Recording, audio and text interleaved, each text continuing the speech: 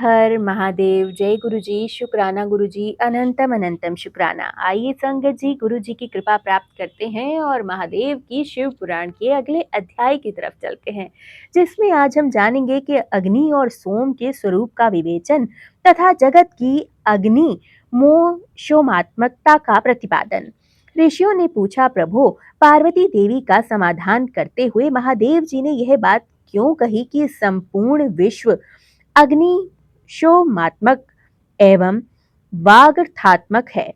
ऐश्वर्य का सार एकमात्र आज्ञा ही है और वह आज्ञा तुम हो। अतः इस विषय में हम क्रमशः यथार्थ बातें सुनना चाहते हैं।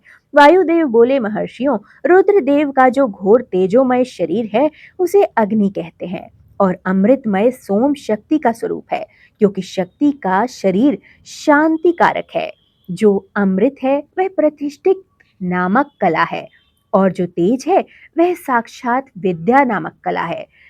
संपूर्ण सूक्ष्म भूतों में वे ही दोनों रसों और का तेज है। तेज की वृत्ति दो प्रकार की होती है, एक सूर्य रूपा है और दूसरी अग्नि रूपा। इसी तरह रस वृत्ति भी दो प्रकार की होती है, एक सोम रूपिणी और दूसरी जल रूपिणी। तेज विद्युत आदि के रूप में उपलब्ध होता है तथा रस मधुर आदि के रूप में। तेज और रस के भेदों ने ही इस चराचर जगत को धारण कर रखा है। अग्नि से अमृत की उत्पत्ति हुई है और अमृत रस स्वरूप घी से अग्नि की वृद्धि होती है। अतएव अग्नि और सोम को दी हुई आहुति जगत के लिए हितकारी होती है। शस्य संपत्ति हविष्य का उत्पादन करती है। वर्षा शस्य को बढ़ाती है। इस प्रकार वर्षा से ही हविष्य का प्रादुर्भाव होता है, जिससे यह अग्नि शोमात्मक जगत टिका हुआ है। अग्नि वहां तक ऊपर को प्रज्वलित होती है जहां तक सोम संबंधित परम अमृत विद्यमान है, और जहां तक अग्नि का स्थान है वहां तक सोम संबंधित अमृत नीचे को झरता है। इसलिए कालाग्नि नीचे है और शक्ति ऊपर।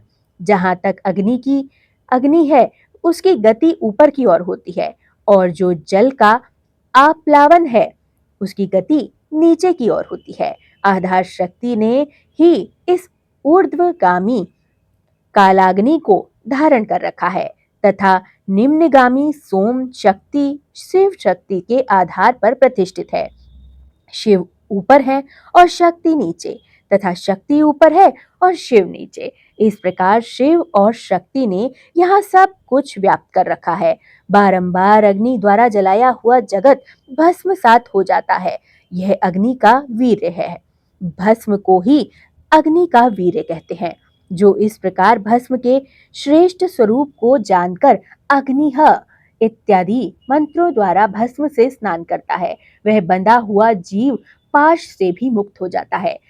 अग्नि के वीर्य रूप भस्म को सोम ने अयोग युक्ति के द्वारा फिर आप्लावित किया, इसलिए वह प्रकृति के अधिकार में चला गया।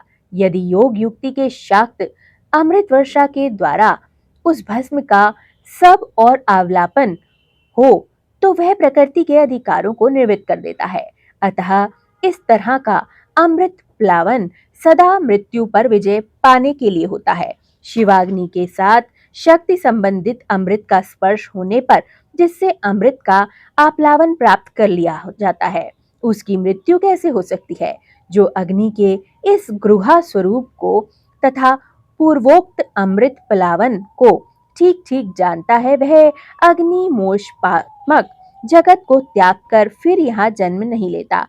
जो शिवाग्नि से शरीर को दग्ध करके शक्ति स्वरूप सोमामृत से योग मार्ग के द्वारा इसे आप्लावित करता है, वह अमृत स्वरूप हो जाता है। इसी अभिप्राय को हृदय में धारण करके महादेव जी ने इस संपूर्ण जगत को अग्निमात्मक कहा। उनका यह कथन सर्वथा उचित है। हर हर महादेव, जय गुरुजी, शुक्राना गुरुजी, अनंतम अनंतम शुक्राना। सर्वदा भला मेरे गुरुजी, संपूर्ण सृष्टि का कल्याण करना मेरे गुरुजी, समस्त पितरों को संतुष्ट स्थान देना गुरुजी, समस्त प्रकृति का कल्याण हो, पृथ्वी पर विचरने वाले जीव जंतुओं का भी कल्याण करना गुरुजी, जय गुरु जी, शुक्राना गुरु जी।